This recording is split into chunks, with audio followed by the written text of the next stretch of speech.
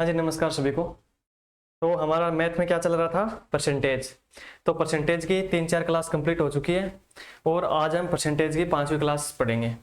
तो परसेंटेज में हमने कल लास्ट क्लास में लास्ट क्वेश्चन देखा था कि एक गृहिणी चीनी के मूल्य में अगर कमी या वृद्धि हो जाए तो उस अपने खर्चे को किस प्रकार से वो मेंटेन करे कि जिससे वो सारा खर्चा या घर का खर्चा है वो एक समान बना रहे। तो ये टाइप का हमने क्वेश्चन देख लिया था। अब इसे नेक्स्ट हम देखते हैं, उसी प्रकार का एक दो क्वेश्चन और करते हैं। देखो, अब पहला क्वेश्चन हमारा क्या बोल रहा है कि एक आयत की लंबाई में 11 से 1/9% की कमी करने पर उसकी चौड़ाई में कितना परसेंट वृद्धि करें कि क्षेत्रफल अपरिवर्तित रहे। अगर आप इस क्वेश्चन को ध्यान से देखोगे तो आपको ये लगेगा ये वही क्वेश्चन है जो हमने कल लास्ट क्वेश्चन किया था कि एक गृहिणी अगर चीनी के मूल्य में वृद्धि हो जाए तो खर्चा कितना कम करे कि वो घर का खर्च मेंटेन रहे। उसी प्रकार ये है कि आयत की लंबाई में 11 से 1/9% की कमी हो जाए या कमी करने पर चौड़ाई के अंदर कितनी वृद्धि करें कि वो क्षेत्रफल अपरिवर्तित रहे। तो सेम टू सेम वही टाइप है। तो हम इसको करते हैं। देखो, एक आयत की लंबाई में 11 से 1/9% की कमी हो गई। 11 से 1/9% की क्या हो गई? कमी हो गई। अब पहले तो मेरे को ये बताओ कि 11 से 1/9% का मान कितना होता है। तो अब आज याद हो गया होगा आपको कि 11 से 1/9% का मान होता है 1/9। अब कल मैंने क्या बताया था कि जो आधार में होता है वो हमारा क्या होता है? मूल मान होता है। क्या होता है? मूल मान। और ये जो ऊपर होता है ये क्या होता है? रिजल्ट होता है कि कितना कमी वृद्धि क्या हुआ, तो ये रिजल्ट के तौर पे आता है। तो अब ये देखो कि मूल मान हमारा 9 है और ये बोरा कमी हो गई। अब कमी कितने की हो गई? देखो, 9 से 1 की कमी हो गई। कितने की हो गई? 1 की कमी। तो 9 से कितना कम हो गया? 8 कम हो गया ना। तो ये बोल रहा है आयत की लंबाई में 11 से 1/9% की कमी, यानी 9 से 8 हो गया। तो उसकी चौड़ाई में कितना परसेंट वृद्धि करेगी? क्षेत्रफल अपरिवर्तित रहे। यानी 9 से 8 हो गया। अब हमको क्या करना है? इस 8 से वापस 9 की तरफ बढ़ना है। तो मेरे को ये बताओ, 8 से 9 की तरफ जाने के लिए कितना बढ़ेंगे हम? 1 बढ़ेंगे। और कितने पे? आधार हमारा क्या रहेगा इस बार? 8 रहेगा। और परसेंटेज निकालना यानी गुणा 100, प्रतिशत के लिए गुणा 100। अब मेरे को ये बताओ कि 100/8 का मान क्या होता है? अगर आपको वो टेबल याद है तो आप डायरेक्ट बता सकते हैं कि 100/8 का मान होता है 12 से 1/2%। तो यानी हमारा ऑप्शन इज ए करेक्ट हो गया। ठीक है, ये कल वाला ही टाइप है, मुझे बताया, ये आप आसानी से कर सकते हो। अब देखो हमारा नेक्स्ट टाइप क्या हो रहा है? नेक्स्ट टाइप हो रहा है कि कंसेप्ट ऑफ सक्सेसिव चेंजेस। इसका मतलब क्या हुआ? इसका मतलब ये हुआ कि सक्सेसिव का मतलब ये होता है कि एक बढ़ रहा है तो दूसरा घट रहा है, दूसरा बढ़ रहा है तो पहला घट रहा है। यानी जैसे एग्जाम्पल के तौर पे देखते हैं, मान के चलो कि कोई राशि ए है, अगर उसमें परिवर्तन होता है तो दूसरी राशि बी है वो उसके सापेक्ष कम होती है। ठीक है, या मान लो कि बी कोई राशि है, अगर वो बढ़ रही है तो उसके सापेक्ष ए क्या हो जाएगा? कम हो जाएगा। ये होता है सक्सेसिव चेंजेस। लेकिन हमको ये पढ़ना किस में है? नीचे दे रखा देखो, इंक्रीज या decrease in area and volume. Area क्या होता है? एरिया होता है किसी भी चीज का क्षेत्रफल, और वॉल्यूम क्या होता है? आयतन। तो यानी किसी भी, जैसे कि आयत है, वर्त है, वर्ग है, अगर इसके क्षेत्रफल में परिवर्तन होता है, चाहे वो क्षेत्रफल बढ़ रहा हो या घट रहा हो, या फिर उसका आयतन, जैसे बेलन का आयतन है, ऐसे आयतन कम हो रहा हो या बढ़ रहा हो, घनाभ का आयतन है, घन का आयतन है, तो वो सारी चीजें हम इसमें पढ़ने वाले हैं। तो फॉर एग्जाम्पल के तौर पे हम देखते हैं कि आपने छोटी छोटी जो एग्जाम है उसमें ये क्वेश्चन आते रहते हैं कि एक वर्त है, उसकी त्रिज्या में इतने परसेंट वृद्धि कर दी जाए तो उसके क्षेत्रफल में क्या परिवर्तन होगा। या फिर ऐसा क्वेश्चन आ जाए कि मान लो एक वर्ग है, उस वर्ग की भुजा में अगर 5% की वृद्धि कर दी जाए तो उसके क्षेत्रफल में क्या परिवर्तन होगा। इस प्रकार के क्वेश्चन इसी सक्सेसिव मेथड से हम करने वाले हैं। जैसे कि पहला क्वेश्चन हमारा है, एक वर्ग की भुजा में 10% की वृद्धि होने पर उसके क्षेत्रफल में क्या परिवर्तन होगा। यानी हमारा क्वेश्चन क्या दे रखा है? एक वर्ग की भुजा है, क्या है? एक वर्ग की भुजा में 10% परिवर्तन हो रहा है। और परिवर्तन कैसा हो रहा है? कमी हो रही है, वृद्धि हो रही है? तो ये हम यहाँ पे बोल रहा है कि वृद्धि हो रही है। तो वृद्धि होने पे उसके क्षेत्रफल में परसेंटेज परिवर्तन ज्ञात करो।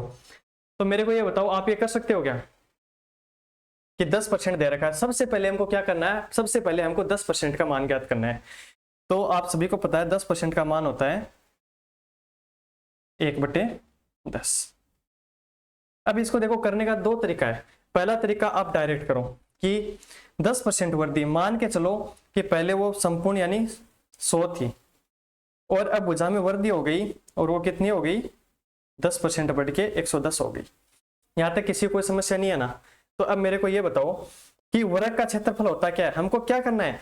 ये भुजा में तो हमने देख ली कि पहले 100 थी उसके बाद में 110 हो गई, तो भुजा तो हमने बढ़ा दी, लेकिन भुजा बढ़ाने से यहाँ पे काम नहीं चलेगा क्योंकि यहाँ पूछ रहा है क्षेत्रफल में परिवर्तन।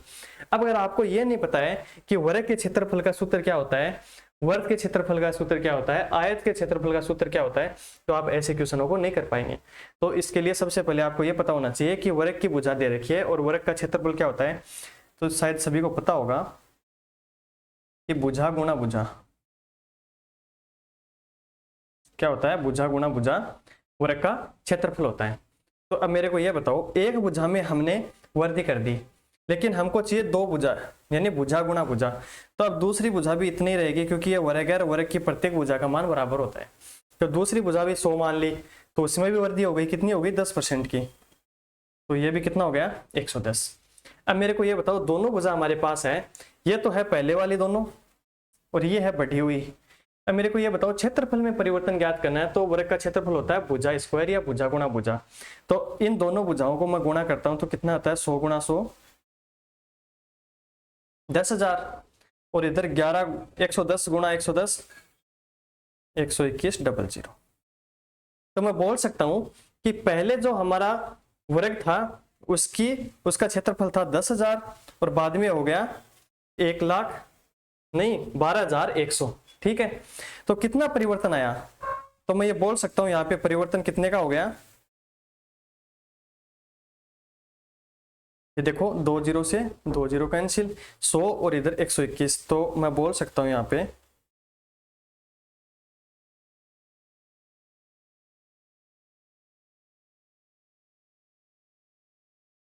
यानी 21 का परिवर्तन आया है। और 21 का परिवर्तन कितने पे है 100 पे, तो हमको निकालना परसेंटेज, तो 21/100 और गुणा 100, तो 100 से 100 कैंसिल, हमारा आंसर आ गया 21%।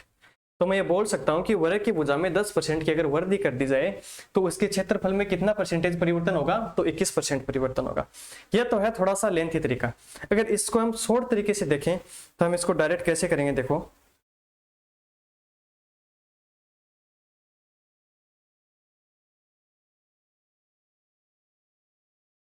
अब देखो हमको क्वेश्चन में क्या दिया 10%, और 10% का मतलब क्या होता है आपको पता है 1/10।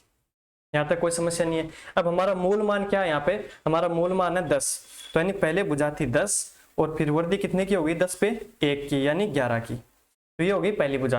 और इसी प्रकार दूसरी भुजा 10 से कितने बढ़ गई 11, तब क्षेत्रफल निकालना है 10 गुणा 10 100 और 11 गुणा 11 121, यानी 100 पे कितना बढ़ा 21%।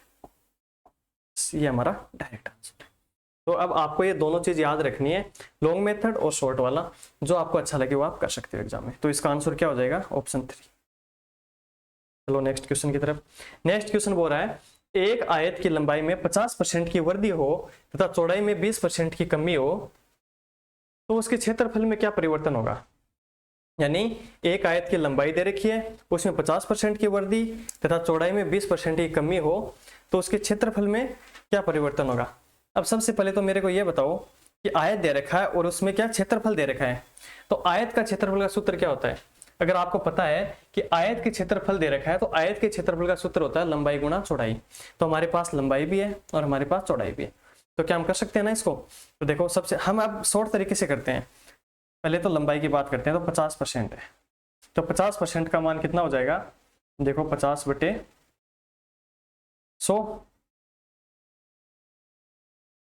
यानी 1/2, ठीक है। और यहाँ पे है 20%, तो 20% का मतलब कितना हो जाएगा 1/5। अब देखो हमारा आंसर क्या रहेगा कि पहले मूल मान क्या हमारा 2 है, किसमें लंबाई में, तो यानी लंबाई में वृद्धि हो रही है, यानी 2 से कितनी हो रही है 3 हो गई, ठीक है। और चौड़ाई में कमी हो रही है, यानी कमी पहले मूल मान हमारा क्या था 5 था और 5 पे कितने की कमी हो रही है 1 की कमी हो रही है, तो 5 पे 1 की कमी कितना हो गया 4। यहां तक सब कर सकते हो ना कि लंबाई 2 से 3 बढ़ गई क्योंकि क्वेश्चन में दे रखा 50% वृद्धि हो रही है, और चौड़ाई में 20% की कमी यानी 5 से 4 हो गई। ठीक है। अब देखो क्षेत्रफल निकालना है, तो वर्त का नहीं, आयत है तो आयत का क्षेत्रफल क्या होता है, आयत का क्षेत्रफल होता है लंबाई गुणा चौड़ाई। तो लंबाई और चौड़ाई को आपस में गुणा करते हैं, तो 5 दूनी 10 और 4 दिए 12। तो अब हम देख रहे हैं यहाँ पे कि 10 से 12 यानी कितना बढ़ रहा है, 2 बढ़ रहा है, और किस पे, 10 पे, और प्रतिशत निकालना है तो गुणा 100, 10 दूनी 20, यानी 20% हमारा क्षेत्रफल बढ़ रहा है। तो हमारा आंसर क्या हो जाएगा, 20। ठीक है, आगे देखो, आगे दे रखा है एक आयत की लंबाई में 40% वृद्धि तथा चौड़ाई में 30% कमी हो तो, नहीं चौड़ाई नहीं, इस बार दे रखा है क्षेत्रफल में। बस आपको ये ध्यान रखना है कि क्वेश्चन की जो लैंग्वेज है, अगर आप उसको अच्छी तरीके से नहीं पढ़ पाओगे तो 101% मैं बोल रहा हूं कि आपके क्वेश्चन के गलत होने के चांस बने रहेंगे। क्योंकि अब देखो ये वाला क्वेश्चन और जो पिछला क्वेश्चन था, दोनों क्वेश्चन एकदम सेम है। अगर आप नॉर्मल नजर से देखोगे तो यही सोचोगे कि हाँ दोनों क्वेश्चन सेम है, लेकिन इसमें बहुत बड़ा परिवर्तन दे रखा है। क्या दे रखा है कि लंबाई में क्या दे रखा है, 40% की क्या दे रखी है, वृद्धि, लेकिन आगे चौड़ाई नहीं है। आगे क्या दे रखा है, आगे है क्षेत्रफल, और हमको पूछा क्या है, चौड़ाई। और पिछले क्वेश्चन में हमको क्या दे रखा था, चौड़ाई दे रखी थी, लंबाई दे रखी थी, और पूछा क्या था, क्षेत्रफल। बस थोड़ा सा यही चेंज है। तो अब मेरे को ये बताओ कि लंबाई में कितनी वृद्धि हो रही है, 40% की। लंबाई में कितनी वृद्धि हो रही है, 40% की। तो देखो 40 बटे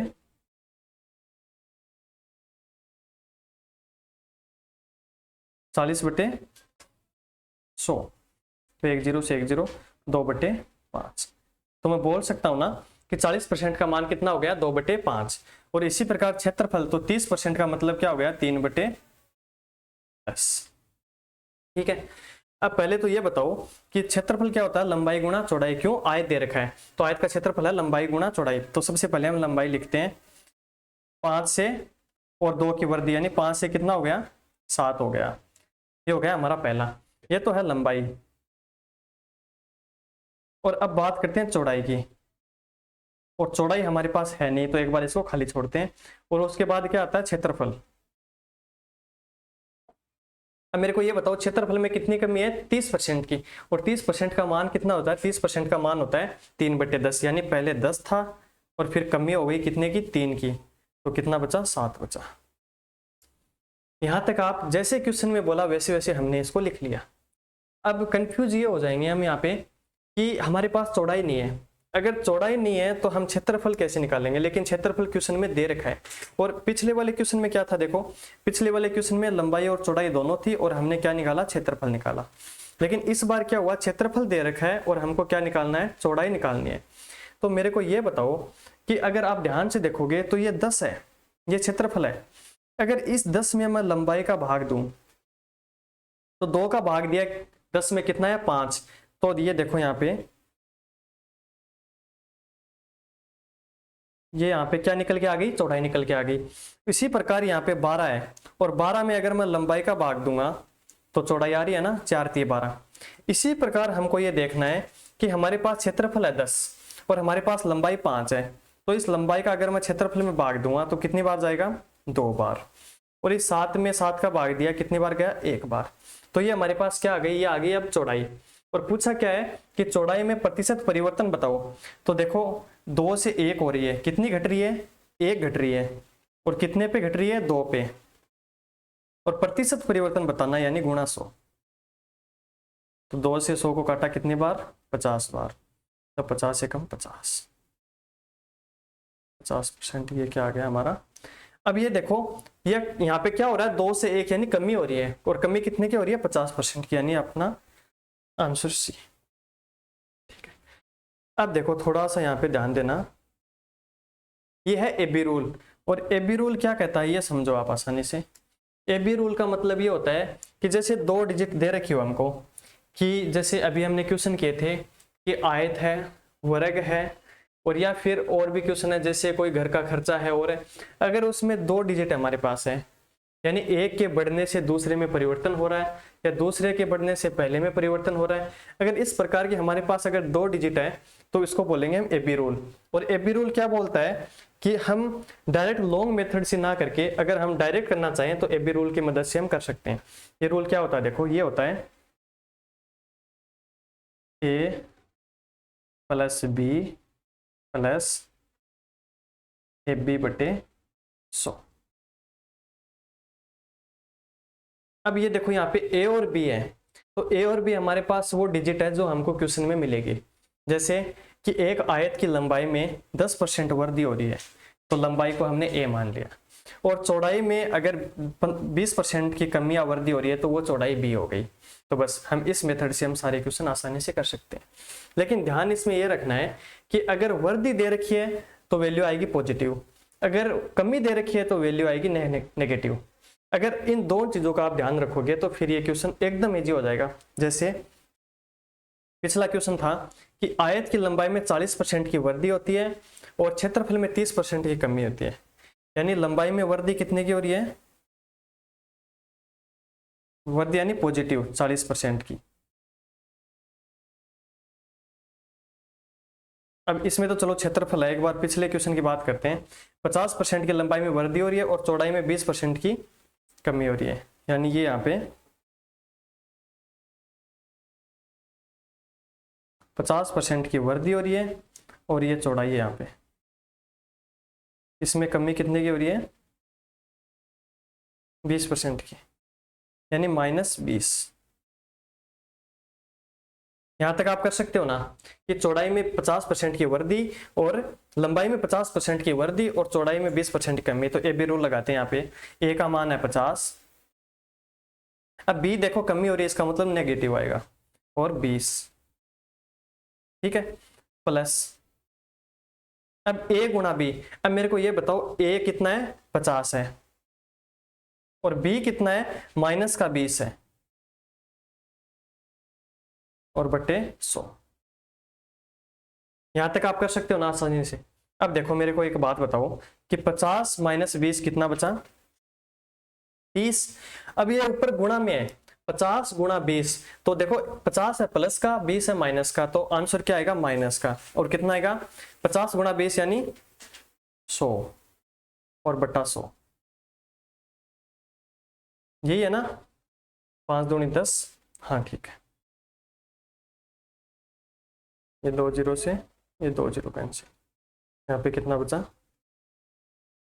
थोड़ी सी हम कहीं ना कहीं गलती कर रहे हैं। देखो हाँ, यहाँ पे 1000 आएगा, कितना आएगा, 1000 आएगा, ठीक है। 2 0 से 2 0 कैंसिल, तो ये बचा 10, तो 30 में से 10 गया, कितना बचा, 20। ये हमारा आंसर आ गया। अब उस क्वेश्चन में देखो यहाँ पे कितना आंसर आया, 20%, दिख रहा ना सभी को, 20%।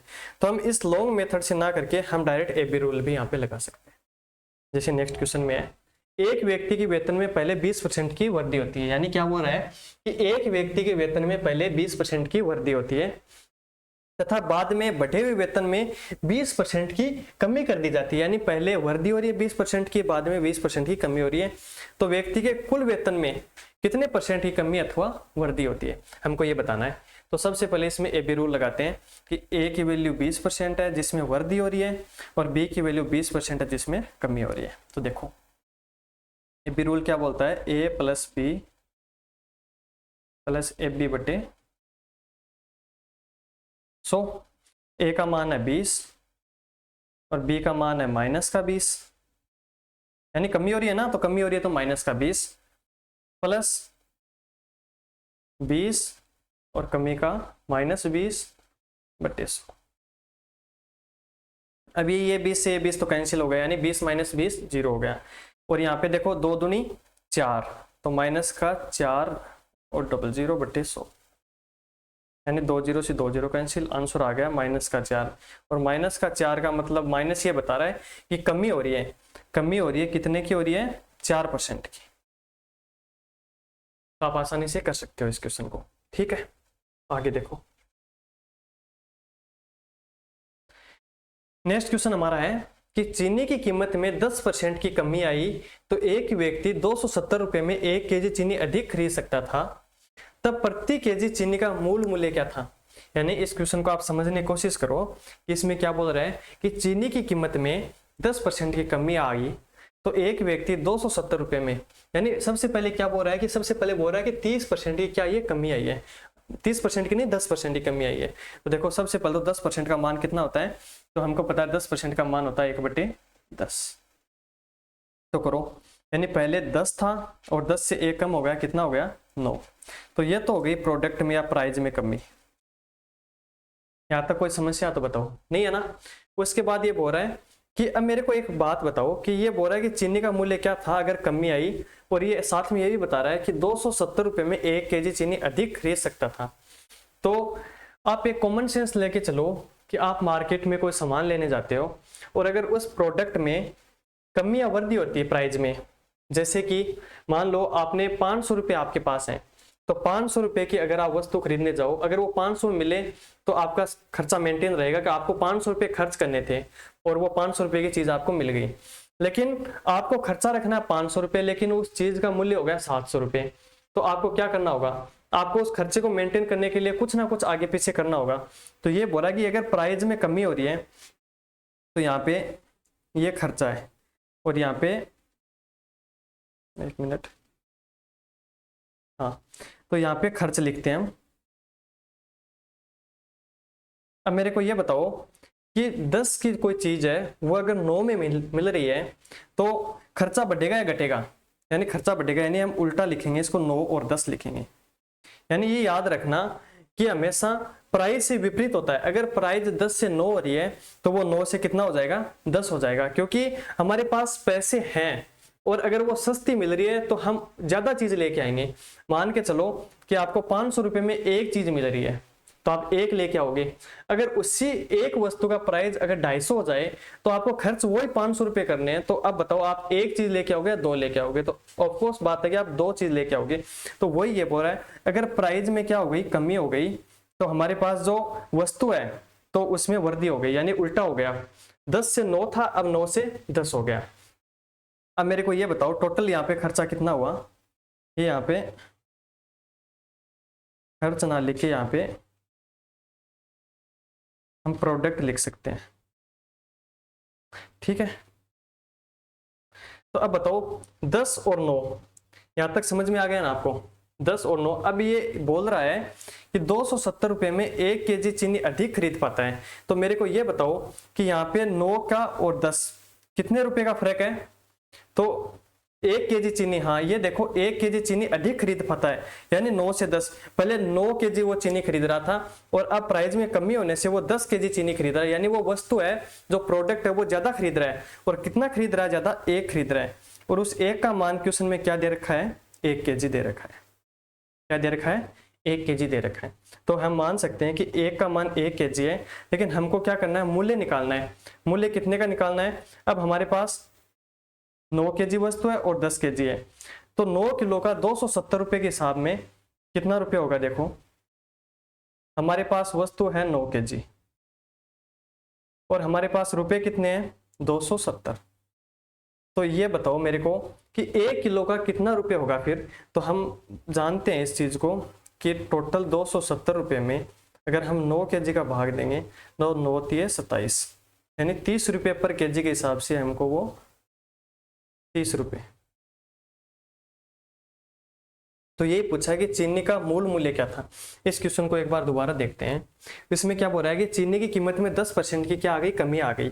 तो 10% की कमी का मतलब क्या हुआ कि 10 से वो क्या हो गई, प्राइस 9 हो गई। तो अब प्राइस जैसे ही कम हुई तो हमारे पास जो वस्तु है उसका स्टॉक है वो बढ़ जाएगा, यानी उल्टा हो जाएगा, यानी 9 से 10 हो जाएगा।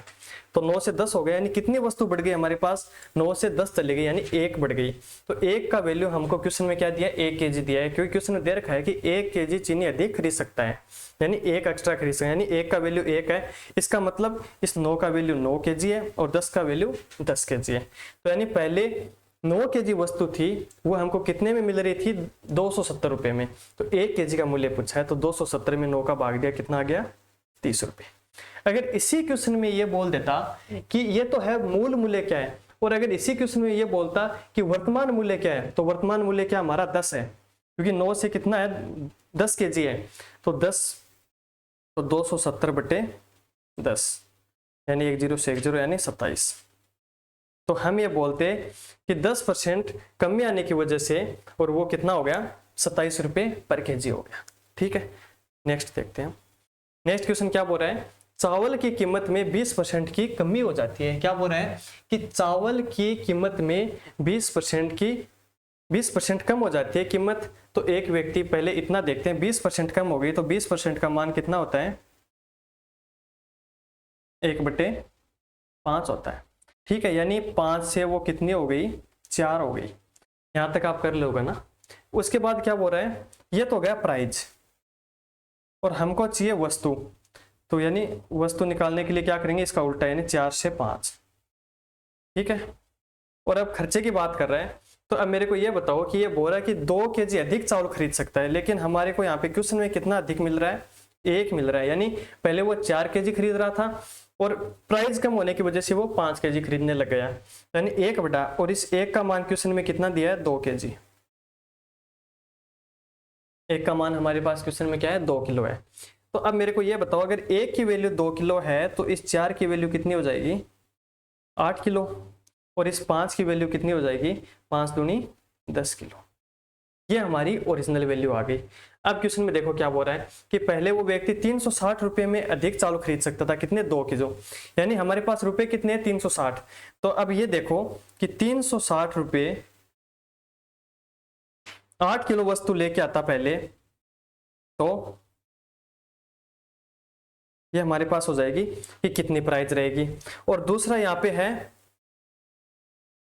कि 360 रुपये और 10 किलो के हिसाब से, तो ये देखो 1 0 से 1 0 कैंसिल, ये कितना हो गया, 36, और ये 8 से 360 को काटेंगे, ये हो जाएगा 45। तो मैं बोल सकता हूं कि चावल का पुराना मूल्य और वर्तमान मूल्य, तो पुराना मूल्य क्या हो जाएगा हमारा 45 और नया मूल्य क्या हो जाएगा हमारा 36। तो यानी option number 4 is right answer.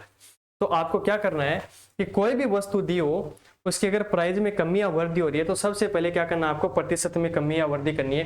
जैसे 20% कम हो रहा है तो 5 से 4 हो गया। उसके बाद में क्या करना है कि उसका वो वस्तु का जो क्वांटिटी है वो निकालनी है। तो क्वांटिटी कैसे निकालेंगे, प्राइस का उल्टा कर दो, यानी 5 से 4 है तो वो 4 से 5 हो जाएगी। तो अब देखो फिर क्वेश्चन में देखो कि वो कितनी प्रोडक्ट बोल रहा है, 2 kg बोल रहा है, तो उसका अंतर कितना, 1 है, या यहाँ पे 2 होता तो 2 की वैल्यू 2 जाती, यानी 1 आ जाता। इसी प्रकार हमको ओरिजिनल वैल्यू निकालनी है, और फिर जितने रुपए दें उसका भाग दे के आप यानी पुरानी और नई वैल्यू या उसका मूल्य निकाल सकते हैं। नेक्स्ट क्वेश्चन देखो, नेक्स्ट क्वेश्चन बोल रहा है कि एक विद्यालय में 60% लड़के हैं, कितने, एक विद्यालय में 60% क्या है, लड़के हैं। यदि विद्यालय में लड़कियों की संख्या लड़कों की संख्या से कितनी है, 220 कम है, तो 220 कम है, तो बताओ विद्यालय में कुल कितने विद्यार्थी हैं। तो सबसे पहले मेरे को ये बताओ कि अगर मैं बोलूं कि टोटल विद्यार्थियों की संख्या कितनी है, तो टोटल का मतलब कितना होता है, 100% होता है। ये आप सभी को पता है ना कि टोटल का मतलब 100% है। उसमें से ये बोल रहा है कि 60% क्या है, लड़के हैं। तो मैं यहाँ पे लिख रहा हूँ कि 60% क्या है, लड़के हैं। अगर 60% लड़के हैं तो आप भी बता सकते हो कि लड़कियों की संख्या कितनी हो जाएगी, 40%। यहाँ तक कोई समस्या नहीं है ना। अब ये देखो कि ये बोल रहा है कि लड़कियों की संख्या लड़कों की संख्या से कितनी कम है, 220 कम है। कितनी कम है, 220। और हमारे पास यहाँ पे क्वेश्चन में कितनी है, देखो 60 से कितनी कम है, 40, यानी कितनी हो गई, 20 कम हो गई। 60 माइनस 40 20 कम होता है। तो इस 20 की वैल्यू क्वेश्चन में क्या दे रखी है, 220। तो मैं यहां से बोल सकता हूं कि 1 की वैल्यू कितनी हो जाएगी, 220/20 यानी 11। तो 1 की वैल्यू 11 हो गई, और हमको निकालना है टोटल, यानी कुल कितने विद्यार्थी हैं। तो 100% की वैल्यू निकालना है। तो 1 की वैल्यू अगर 11 है तो 100% की वैल्यू कितनी हो जाएगी, 1100। कितनी होगी, 1100, यानी ऑप्शन इज 3 हमारा राइट आंसर रहेगा। नेक्स्ट क्वेश्चन देखो, नेक्स्ट क्वेश्चन बोल रहा है एक विद्यार्थी को परीक्षा पास करने के लिए 40% अंकों की आवश्यकता थी। यानी कोई विद्यार्थी है, एक विद्यार्थी को कोई परीक्षा पास करने के लिए 40% अंकों की आवश्यकता थी, मगर वह विद्यार्थी उस परीक्षा में 178 अंक लाकर 22 अंकों से फेल हो गया। यानी कहने का मतलब यह है कि उसको जितने अंक चाहिए थे वो पूरे लेके नहीं आ पाया, क्योंकि उसको 178 अंक तो आ गए और वो फेल कितने अंकों से हो गया, 22 अंकों से हो गया। अगर उसके 22 अंक और आ जाते तो वो क्या हो जाता, पास हो जाता। और पास किससे होता है, पास होता है हमेशा पास मार्किंग से। और पास मार्किंग हमको क्वेश्चन में दे रखी है, कितनी है, 40%। तो मैं बोल सकता हूं कि एक विद्यार्थी है, उसके 178 अंक आए। कितने अंक आए? 178 अंक आए, और वो 22 अंकों से क्या हो गया? फेल हो गया। यानी इस 178 में अगर मैं 22 अंक और जोड़ दूं तो वो क्या हो जाएगा? पास हो जाएगा। क्या हो जाएगा? पास हो जाएगा। तो 178 में 22 जोड़ते उसके क्या आ जाएगी? पास मार्किंग। तो पास मार्किंग कितनी है? 40%। तो मैं क्या बोल सकता हूं कि 40% का मान 178 प्लस 22, ये 40% का मान है। तो 178 प्लस 22 कितना हो गया? 200 हो गया ना? 200। तो इस 200 की वैल्यू है 40%। और हमको निकालना है उस परीक्षा में कुल पूर्णांक कितना है। तो मेरे को ये बताओ कि कुल पूर्णांक का मतलब क्या होता है? 100%।